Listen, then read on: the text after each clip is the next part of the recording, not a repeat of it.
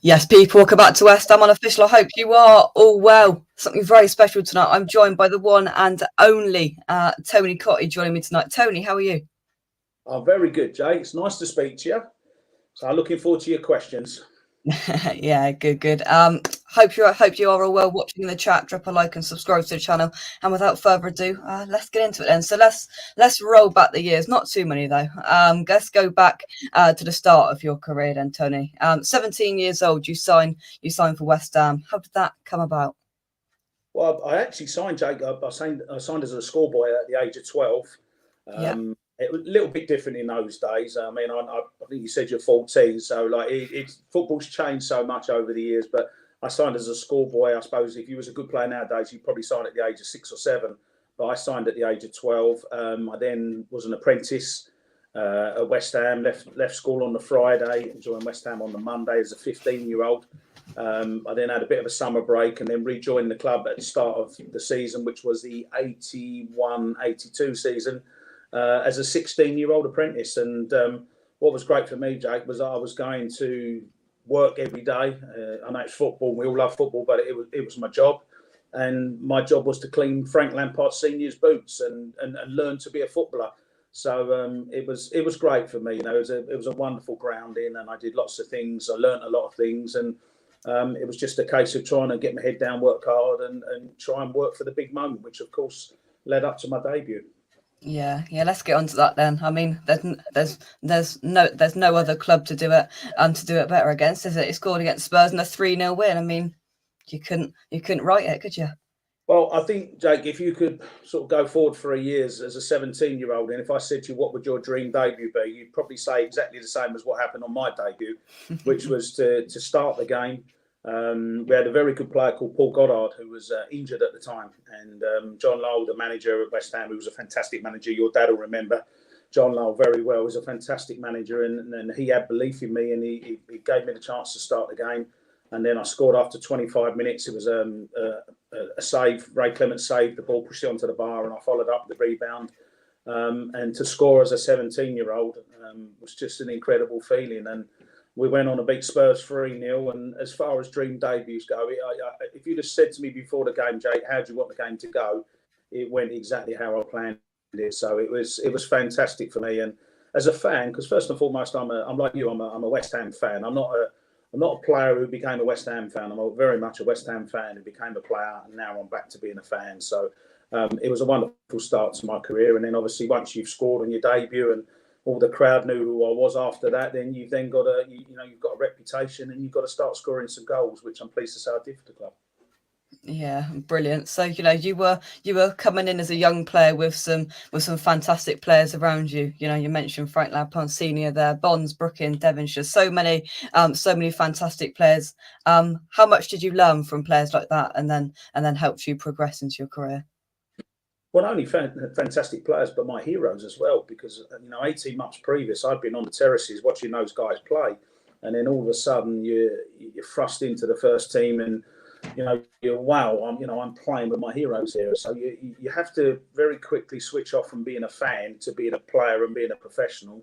And of course, once you are a young professional, you can only learn from people like Billy Bonds and particularly Frank Lampard. I mentioned Frank Lampard Senior because I was his boot boy. I used to clean his boots, but Frank also used to get me to go out to do extra training with him because he was coming towards the end of his career. He wanted to work hard, and if you look at his son, obviously Frank Lampard Jr., you look at how hard he worked once he left West Ham and joined Chelsea, and the player he became.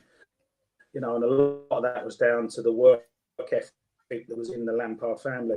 Excuse me. So I learned a lot from Frank Lampard. I loved sort of helping him out in the afternoons when everyone had gone home, and it was just me and him. I used to chip the ball in, and he used to volley into the net. I can picture it now. And you learn from things like that. You learn that the more you put into football, the more practice you put into football, the better you become. And then you had wonderful professionals like Bonzo, like Trevor Brooking, and the incredible Alan Devonshire you mentioned, who was just probably simply the best player I played with at West Ham in my 2 spells there. So it was a wonderful time to be at the club. They won the FA Cup in 1980, and then of course we had the great team of '86. So I began my career right in the middle of the cup final victory and the '86 team. So it was a great time to be a young kid and be a part of West Ham United Football Club. Oh, 100%, 100%. So when you came into the club, John Lyle was manager. How good of a manager, and how much did you learn from such a role model or manager like John Lyle? Well, John was a fantastic manager. He was modern equivalent and someone you would probably just about remember, Jake. Someone like Sir Alex Ferguson, who's retired from Manchester United, probably coming up for 10 years ago now, so you might not remember him too much. But him and John were very, very good friends, and John was just an overall manager. He wasn't just a coach, he wasn't just a manager, and he wasn't just a motivator and a man manager. He was everything, and he very much run the club from top to bottom. He got involved with all the contracts. When you wanted a new contract, you went and saw John Lyle. You didn't go and see the chairman or the chief exec or get your agent to do it. It was very much me asking John Lyle. So he was very much a mentor for me. And people always say who was your most influential manager, and for me it's always John Lyle, because without John, nothing else. I wouldn't be talking to you tonight, because you wouldn't be interested in me. I wouldn't have been a West Ham player. And the only reason I was a West Ham player was because John Lyle had the faith to put me into the team as a 17-year-old. And yeah, of course, once you get in the team, you've got to perform, and it's me on the pitch, not John Lyle. But I do think sometimes managers are very reluctant to put young players in. Even nowadays at West Ham, you just see some of the young kids who you think, they're quite good players, but they don't seem to get the chance. But under John Lyle, I certainly got the chance, and I'm forever grateful for what he did for me. Yeah, so just following on from what you said there, do you think it's harder now, or when you broke through, to kind of really put yourself on the scene as a youngster, as a 17-year-old? I think it's hard for the kids now. It's very, very hard to judge, Jake. It's very, very difficult to compare different eras. You can't compare my 80s and 90s when I played to, say, the 60s and 70s when football was played on mud heaps and they used to kick their rubbish out of each other. Nearly swore. I won't swear because you're a young boy, but I'm sure you've heard words like that. But it was a very tough physical game, and then it developed in the 80s and 90s, and now you've got a different game with the wonderful Premier League we've got now. But I think the answer to the question is, if you're good enough, I think you will get the path. If your desire is there and the dedication's there, it will come through. You just might have to take a bit more of a scenic route. In other words, I'm trying to think of players that have come through in the last, since we've gone into the 21st century. It's very difficult to think of too many players that have got into the first team and stayed there. You can think of Wayne Rooney, I'm straight off the top of my head. Jack Wilshere was another one who came through at Arsenal, who stayed in the first team. Mark Noble, to be fair, Mark Noble came through as a 17-year-old and he stayed in the West Ham first team. But, they're very few and far between, most of the players. And, even the wonderful players like Frank Lampard Jr., like Rio Ferdinand, like Jermaine Defoe, they all went out on loan, had a little dabble as a loan player, and then they came back as more of a man, more physically able to play in the Premier League. So I think the path is still open for the players, but the stats tell you it's very, very difficult to become a top footballer now. You've got to have all the skill, all the talent, all the mental ability, the physical ability. You've got to have all that wrapped into the one package, and that's why it makes it very difficult nowadays. Yeah, I think that's fair. So if we move forward to that 85-86 season, then what do you think mostly contributed to our success? And you can say yourself if you like. Well, I think the three key factors at the start of the season was that John Lyle bought two players. He bought Frank McAvenny, who was a wonderful player and the best forward I played alongside. He also bought a guy called Mark Wald, who was another fantastic player, played on the right wing for West Ham. And then we also got Alan Devonshire back from injury, because Dev had been out for 18 months injured. And when he came back, he was still the best player. He was the best player before he got injured and the best player when he came back. So we effectively had three new signings. And I think, we had a poor start, Jake, and unfortunately the poor start was one of the reasons we didn't win the league, because if you only win one of your first 7 games, which we did, it's not really, if we'd have just won more of those games, won 2 out of 7 instead of 1 out of 7, we would have won the league. We had a fantastic season. Myself and Frank obviously scored a lot of the goals, and we got a lot of the credit, but you can't score goals without a good midfield. I mentioned Baldy and Dev. You had Alan Dickens, Jeff Pike, Neil Orr in midfield. And then if you look at the back, we had a world-class goalkeeper in Phil Parks. And then we had a back four, Ray Stewart. We had George Barris or Steve Wolf at the left back, and then the two centre halves who played most of the games were Alvin Martin and Tony Gow. And defensively, it was probably one of our best seasons ever as a defence. So I think I'm right, Jake, in saying that there's about 17 or 18 club records still existing from the 85-86 season. So I know it was well before your time, a long, long time ago. Your dad will tell you about how good it was, but it was an incredible season. It's we all look back with great fondness that we finished in third position, but you imagine how good it would be if I was sitting here tonight saying, wow, do you remember that season, talking about when West Ham won the league, and that was how close we were. And see, it's 127 years now that the club's been going, and it's the one and only season in 127 where we genuinely had a chance of winning the league. So, I hope there's a season like that round the corner sometime in the future. But at the moment, you can't see us challenging Manchester Cities and Liverpools and Chelseas to win the league at the moment, which is, it's frustrating. But I think that's why we all look back with great fondness for that season, because it was a so near yet so far for West Ham. Yeah. So as the season progressed, would you say that that there was belief in the dressing room? Was it really talked about of the title as the kind of games drew to a close, and it was getting closer? Was there belief in the dressing room that you could win the title? There was. I think there was once we got into the new year. I mean, we had a wonderful run. We went 18 games unbeaten, which again is one of those club records I was talking about just before Christmas. We lost at Tottenham, unfortunately, on Boxing Day 1-0, and that was a game that we dominated and should have won. There then was really bad weather in the January and February. We hardly played any games, and then we had to play lots of games towards the end of the season. But I think the moment we beat Chelsea 4-0 at Stamford Bridge, which is a game that most of the fans from that season would probably think that was the game and the defining game. When you go to Chelsea and win 4-0, that was just an incredible performance. And I think after that game that we knew we had a chance. It was just whether we could keep up with Everton, and at the same time Liverpool were having a really good run. And Liverpool, I think they won their last 10 league games, which, again, is an incredible achievement. But, we lost at home to Chelsea in the return game, and that really sort of killed off our chances. But, we did. We honestly believed that, A, we could win it, and B, we was the best team that year. I still talk to Frank and Wally and Dev, etc., and we always say that we was the best team. But you can't say that if you finish in third position, which we did. So we might have played the best football, and everyone loved watching us, but ultimately it's about winning in football, and sadly we come third. Yeah. So at the end of that season, looking back now, hindsight is a wonderful thing. What positions would you have strengthened in order to keep West Ham challenging and keep them, in those top areas? Well, the shame of it all, really, Jake, is that the two positions that I wouldn't say we were weak positions, but it was just the only two positions where there was a change of player really was the left back position and the centre midfield, because all the other positions, most of the players played all the games. It's obviously different now. It's much more of a squad game, but in those days you had to team. If the players were fit, the players played, and 9 of that 11 played pretty much every game of that season. So the left back and the midfield, and if you look at literally 18 months after the 86 season, we had a left back called Julian Dix arrived, who was a fantastic player. And we also, in midfield, about a year after that season, we had a young kid called Paul Ince come through, who went on to become a fantastic player for Manchester United, Liverpool, England, etc. Inter Milan.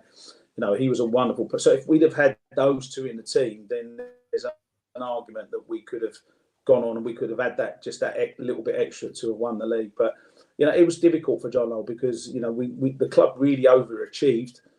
John had bought very shrewdly in the transfer market, and we didn't have the big money to go out and spend loads of money like Liverpool, Everton could.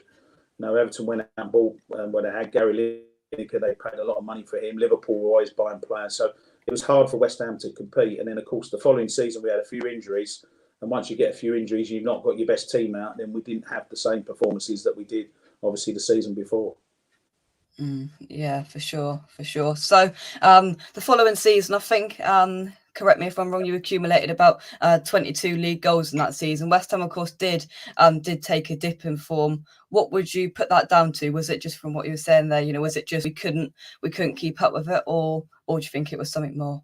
Yeah, everything that I just explained, Jake. But from a personal point of view, I mean, you said 22 league goals. That season, which is 86, 87, that still remains the last time a West Ham player scored over 20 goals in the top flight. So, I think Teddy Sheringham did it in the Championship, but no West Ham player has scored 20 league goals. And, if we get around to talking about what's going on with the current team, the one thing that the current team needs is a goal scorer who can score 20 league goals.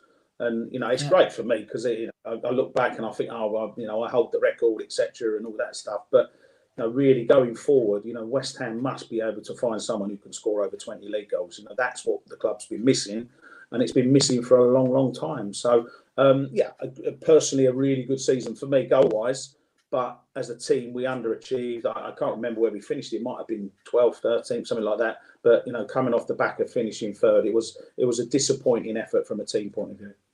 Yeah. So then you moved to Everton in 1988. You returned to the club 6 years later. How did that come about, and why did you want to come back to West Ham? Well, when I left, Jake, in 1988, I felt that I'd done. It was a really, really hard decision for me because, as I've already said, as a West Ham boy, you have these visions of doing what Mark Noble did, what Trevor Brooking did, and what many other players have done, which is stay at West Ham your whole career. I'd love to be sitting here tonight saying that was the case.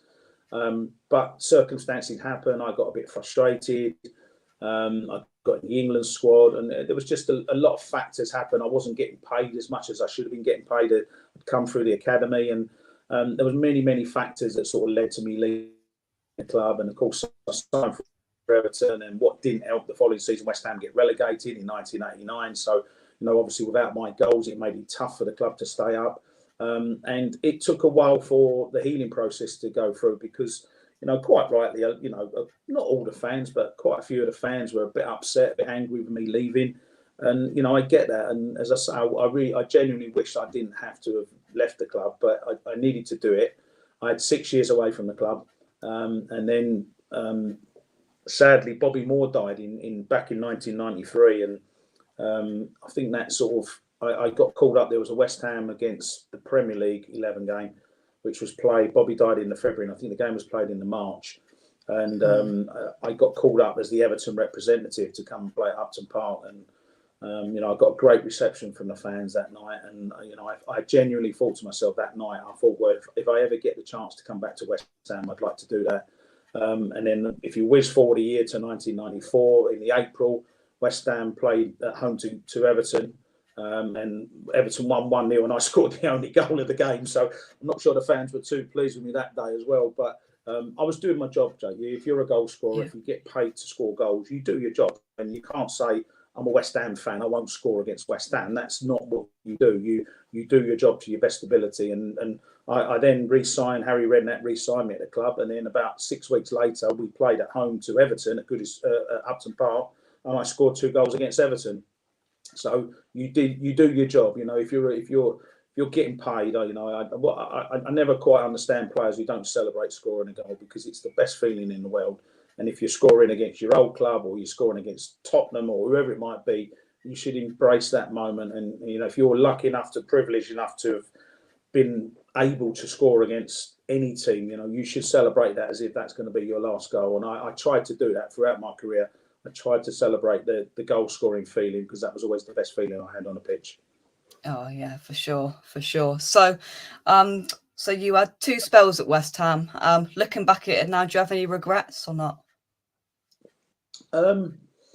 Regrets that we've touched on already. I mean, not winning the league in '86 was a real, a regret from the point of view we should have won the league.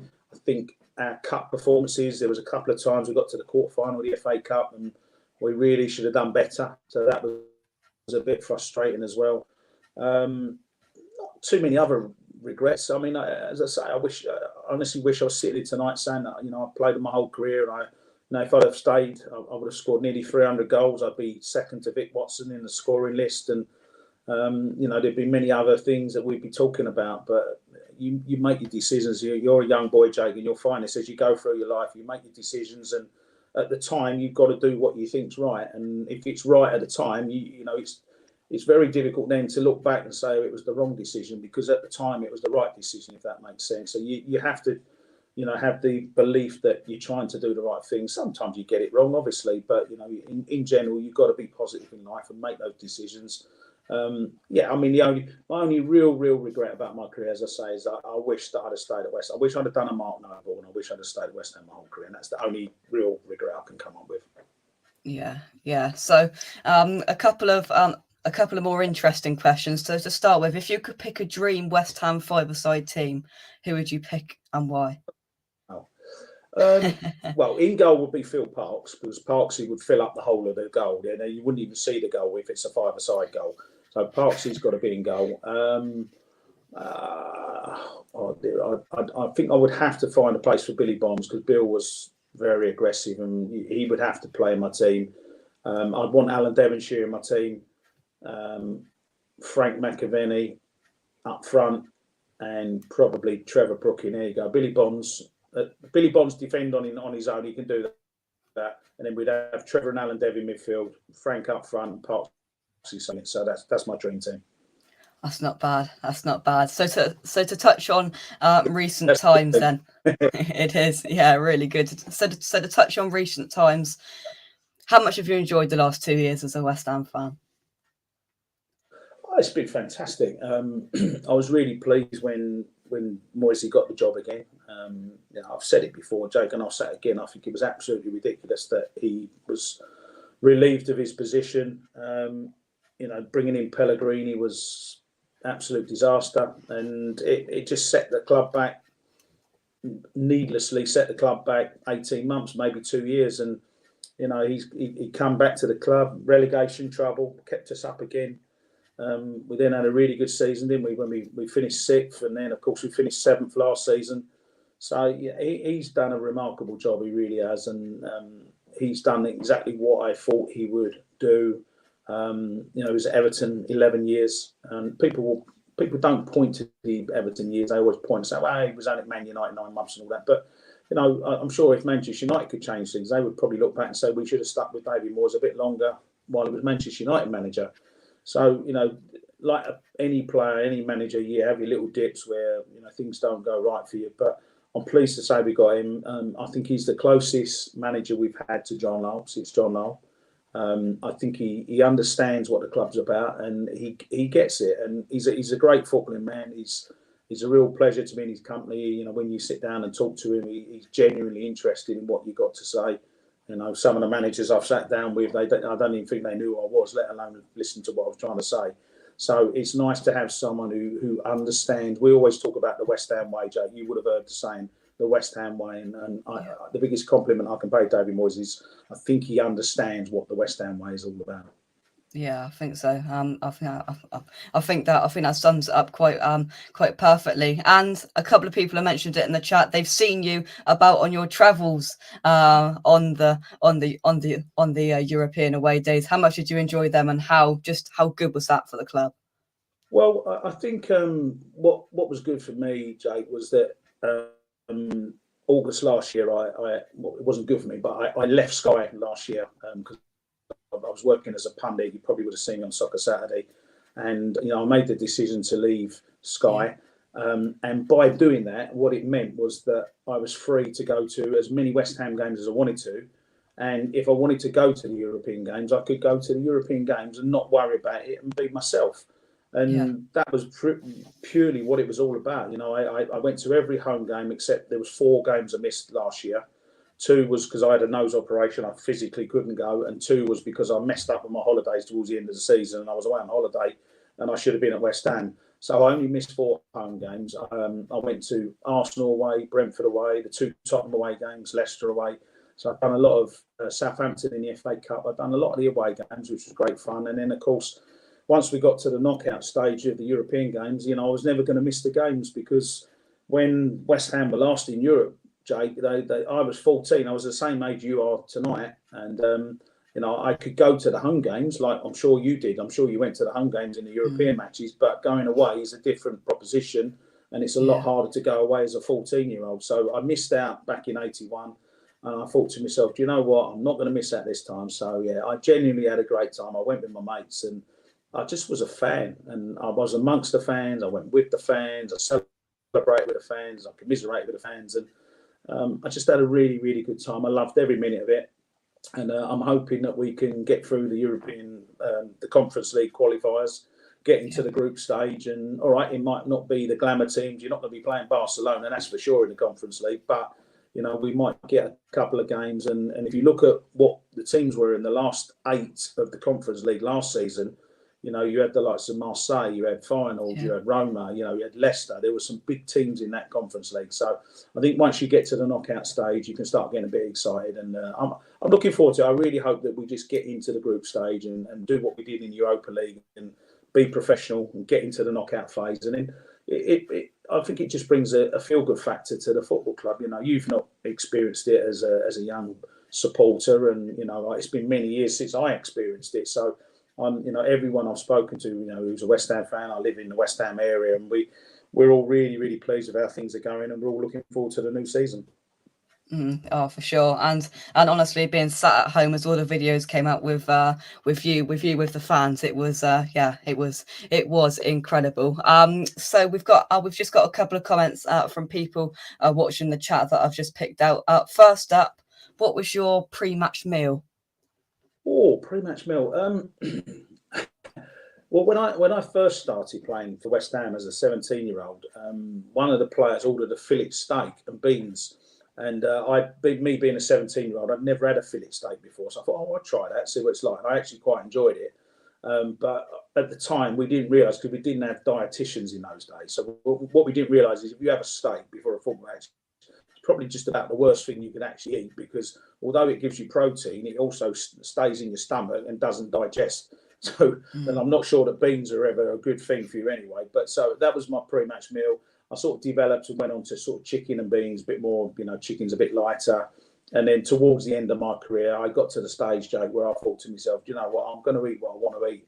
And it ain't really going to change whether I have a good game or not, because, you know, when you get into your 30s, and I was playing for Leicester, and I used to get up on a Saturday morning and have a big fry up, and then drive up the motorway and go and play the home games, and that was it really. And you know, as I say, I think whether I'd had a big breakfast or not, it didn't really change the fact you're either going to play well or you're not going to play well. And you know, I was very sort of stuck in my ways by those times. But yeah, I mean, I get it. The modern day footballer, I think if you can get that tiny little bit of advantage where you eat the right things and makes you just a fraction quicker, then yeah, I understand it. But you know, in my days, we was very primitive and we didn't really have access to those sort of stats. Yeah. And also, favourite West Ham goal? Well, there's two answers to that. I mean, my best ever goal was an overhead kick that I got against Forest back in '87. I didn't get too many overhead kicks, Jake. That wasn't what my game was all about. So I can honestly say that technically that was by far my best goal. When you put an overhead kick into the top corner, it's a great feeling, and you run towards the chicken run and celebrate. It was brilliant. But my favourite goal is, and always will be, is the one that we started off talking about, which was my first goal. You know, to score against Spurs, 17-year-old, and just fantastic, really. So that's I scored over 300 goals after that first one. But if you said to me, what's your favourite ever goal, it would always be the first one. Yeah, I think that's fair. Over all of the strike partners you had in your career, could you pick a favourite? Well, I think I hinted at it. You know, Frank McAvenny would be my favourite. You know, I was lucky. I played with some really good players. I mean, Paul Goddard was an excellent player for West Ham. Dave Swindless was another good forward. I also played alongside Leroy Rossini, was decent. Played with Graham Sharp, Mike Newell at Everton, Peter Beardsley was a great player. Emil Heskey at Leicester, I played with for 3 years, and Heskey was a top player, really good player. But the most productive partnership that I had, you know, because these were the days when I was playing where there was always a front two. You didn't play up on your own. You played as a front two. There was always a partnership. And by far the best partnership I had was with Frank. And to score 54 goals between you in one season, you know, just the two players, I think it was a major achievement for us both to do that. And it was just an absolute pleasure. And, you know, it's just a shame it all went so quick and so fast. And now we're sort of 30 odd years past it happening and that. But if you could go back in time, I'd love to go back and recreate that season and enjoy it again and try and take it all in a little bit more than what we did. Yeah. And you'll be glad to know when we spoke to Frank last year, he said you. Oh, did it? Oh, that's good. That's Yeah. very nice. Yeah. No, me and Frank are we're very very good friends, and we speak quite often. We still work and do shows together and everything and that. But I think we had that special bond, and I think anyone like I spoke to your dad earlier off air, and anyone who would have seen me and Frank play, they would shut. If you say my name, you probably would say Frank's name, and vice versa. So that's lovely that people if me and Frank gave a little bit of pleasure to some of the fans, and we did our job, and we tried to entertain. Oh yeah, definitely. Question from Matt. He says, TC, what brought out the best in you? What brought out the best in me? Interesting question. I don't know. I mean, managers tried different tricks with me. I mean, some managers tried to give me a bit of a rollicking, and other managers have put their arm around me.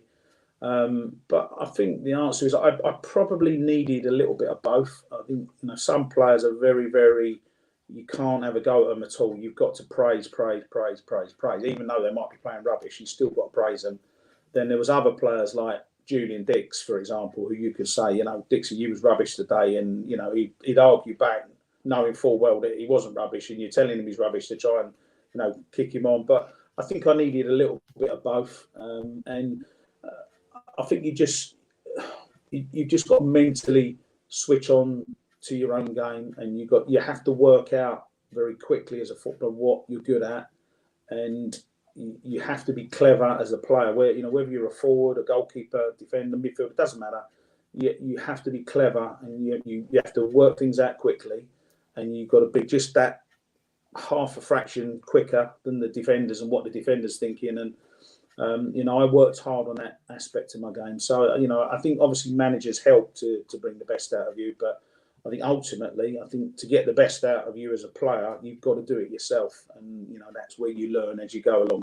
You haven't got those skills as a 17-year-old, but when you're 26, 27, you have got those skills. Yeah, definitely. Just to touch on Julian Dix, how good of a player was he? And especially because he just didn't warm up. He was just there and just did it week in, week out. Well, he wasn't the only one. I mean, Alan Devonshire used to go asleep, and we had to wake him up about 10 to 3. So I'll come at Devon's a game in 10 minutes, and just a different era. Me and Frank, we used to go in. There was a gym underneath the old West Stand, and you had the players, sort of a few of the players, because you never used to go out to the pitch. That just was unheard of. You didn't go on the pitch. You'd stay underneath in the gym underneath the stand. And me and Frank used to think it was funny because there was a light switch, and it was a main switch. So if you hit the ball and you hit the main switch, all the lights would go off, and there'd be absolute chaos because no one could see what they was doing. So me and Frank, our warm up, and this is genuine as well, our warm up was just trying to chip the ball to hit the light switch. So we was more having a laugh than anything else. And I mean, I didn't really need too many stretches. I mean, I used to do a little bit, and towards the end of my career, I think as you get a little bit older, you perhaps need to stretch a little bit more. I mean, someone like Ryan Giggs, I mean, he was doing yoga and Pilates and stuff like that, and he played till he was 42. Teddy Sheringham's another one who played till 42. So I think there probably is an argument that it would help you to keep your muscles a bit more supple. But in the good old days, people like Dixie would just not even do one stretch, and then just go out, and the game would be 10 seconds old, and he'd smash a 70-yard crossfield ball across to someone, and he's not even done a warm-up. And so it was a different era, but I think we knew what we could do with our bodies, and as long as you stick to what you can do, then it's not a problem. Yeah. So in your career, from who you've seen, would you say Julian Dix was the best penalty taker you've ever seen? If not, who was? Oh, I love Dix as a penalty taker, but I'd have to go for Ray Stewart. I mean, Ray Stewart. Ray took 84 penalties, and he scored 76 at 84, and I think he scored on the rebound of 4 of them as well. So his return from penalties was absolutely phenomenal. Ray took penalties in FA Cup quarterfinals in Europe. He scored penalties in the League Cup final as well for West Ham in the last minute when everyone was closing their eyes and not looking. So Ray was an incredible penalty taker. There's not that much in it. Dixie was much more of a smash it as hard as you could. Ray also used to smash them as hard as he could, but the goal that I spoke about in the League Cup final, when everyone was saying, Ray, just hit it as hard as you can, and he strolled up and he just opened his body and side footed it into the corner, and the goalkeeper went the wrong way. And it was an incredible penalty for someone, with a game in injury time and you're losing 1-0. It was an amazing penalty. So I think Ray just shades the penalties.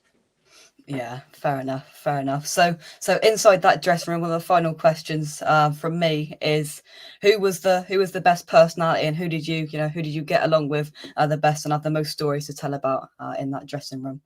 I got on well with all the players. I mean, Tony Gale was probably the funniest one. I mean, he was very sarcastic, very sharp-witted, and if you did the slightest thing wrong, he would pick up on it. And you think, how does he notice that? He was very, very quick with things.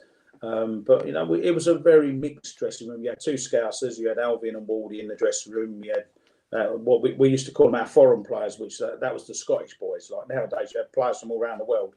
Our foreign players were Scottish. So you had Frank Mack, you had Neil Orr, you had Tom McAllister, and then we had some players like Tommy McQueen come along. So there was always Scottish presence in the dressing room. Ray Stewart, of course, there's always a Scottish presence in the dressing room. So we had a really good mix. I think the one thing, I don't know this for certain, Jake, because I don't go to the training ground enough, the current training ground, but I would say that there's not as many characters in the dressing room as what there used to be. I think the players, through many reasons, have to be a lot more professional now.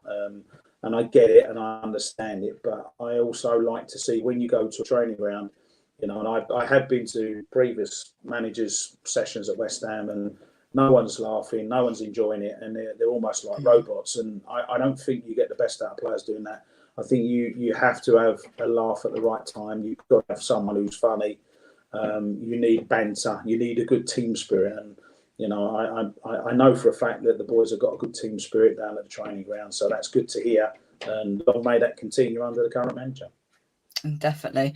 When you go back to the London Stadium, it's difficult to word. Do you wish we're still at Upton Park, or can you understand why? Which do you prefer? Obviously, you played pretty much your whole West Ham career, where you did at Upton Park. You now go to the London Stadium.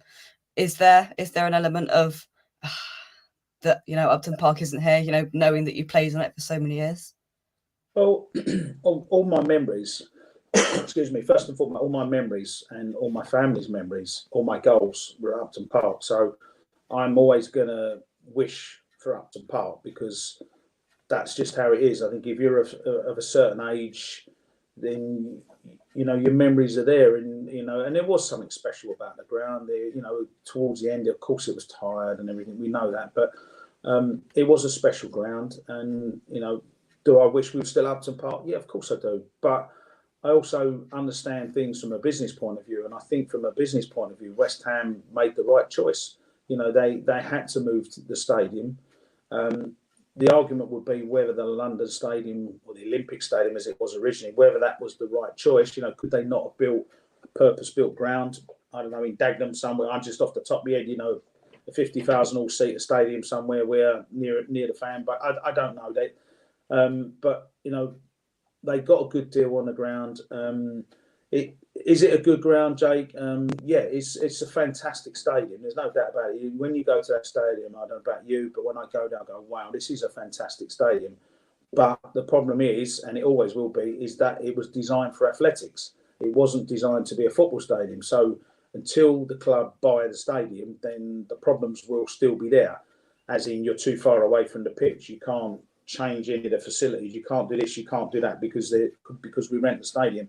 So, going forward, I personally think there'll be a lot of changes at the club over the next couple of years off the field. I don't want it to be on the field, but off the field, I think there'll be a lot of changes, and hopefully we'll get one day to own the stadium and get the fans as near to the pitch as possible. And the other thing I would say, Jake, and a lot of people that love the bowling and don't like the London Stadium, a lot of people say, well, yeah, but the atmosphere is not as good. Well, I don't know. Did you go to the Seville game, Jake? I didn't know, but I did see. But from everything anybody's ever told me, that was just. It was on a different level. And the final point that I would say about the stadium is, for me, the atmosphere is not the stadium. It's never been about the stadium. The atmosphere is the fans, and the fans generate the atmosphere. How do you generate an atmosphere? You want a team that's giving 100%. You want a team that's winning, and you want a team that's got good team spirit and a belief that they can go out and play for West Ham United Football Club. And that's what we've got. And as a result of that, you get the atmosphere. And I mean, the Seville game, you know, there were some pretty special atmospheres at the Bowling Ground, but that Seville game it's right up there. And, you know, I'm very tempted to say that was one of the best, if not the best, that I've ever experienced as a West Ham fan. That was how good it was. And so what people have been doing is blaming the stadium. You can't blame the stadium anymore because the atmosphere was there. You know, what the stadium needs, and you could probably say the same about Wembley for England. You know, what it needs is a bit of history. Now, if England had won the Euros last year, everyone would be going, oh, this is a great new stadium. Whereas everyone goes on about the old Wembley and, oh, it ain't the same as 66 when we won it and all that rubbish. So we just need a bit of history at the stadium. You know, we went very close last year. The Seville game was brilliant. And hopefully going forward, you know, we can have many, many more nights like the Seville game. But it's a long-winded answer. But yeah, of course, there's a huge part of me and my family and friends that wish that we were still at the Bowling, but it's gone. You know, it's not there anymore. And you know, going forward, my grandkids, whenever they arrive, because I haven't got any at the moment, but whenever they arrive, to them, Upton Park will be a train station. And it's hard to say that, but it's a fact. Yeah, perfectly put. And finally, just before I let you go, who's the best golfer you've ever had a round with?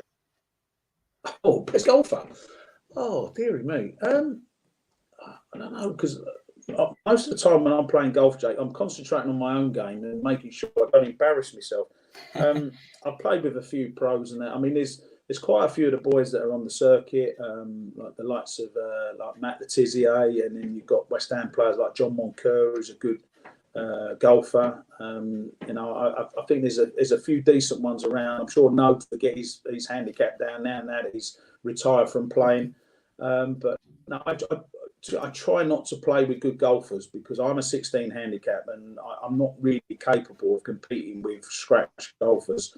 So I try not to embarrass myself too much and try and play with players who are relatively the same standard or lack of standard as me. So it's not really. I'm really struggling to think of anyone that I've played with who I went, wow. I know that Alan McAnally's another one who's a good golfer I played with. But there's some good ex-players who are on the circuit and that, but no one really springs to mind. What about your good friend Frank McAvenny? Can he do it on the golf course? He can, but the last time we played, I was actually better than Frank. And bearing in mind that Frank's a 12 handicap and I'm a 16 handicap, I played better than Frank. So, but there's a little bit of rivalry there, as you can imagine. And we played in the same team against these other two guys, and you know, I definitely played better. Well, no matter what Frank said, I definitely played better that day. Brilliant. Tony, I'm going to let you go. Thank you so much for coming on. We've discussed from John Lyall to Tony's playing career, so those European away days. Thanks to everybody in the chat. Apologies we couldn't get to all of your questions, but Tony, thank you so much for coming on tonight. Jake, you're welcome and good luck for the future. Thank you very much. Like and subscribe to the channel, and I'll catch you soon right here in West Ham Unofficial. Cheers, guys. Come on, you Irons, and we'll see you soon. Bye-bye.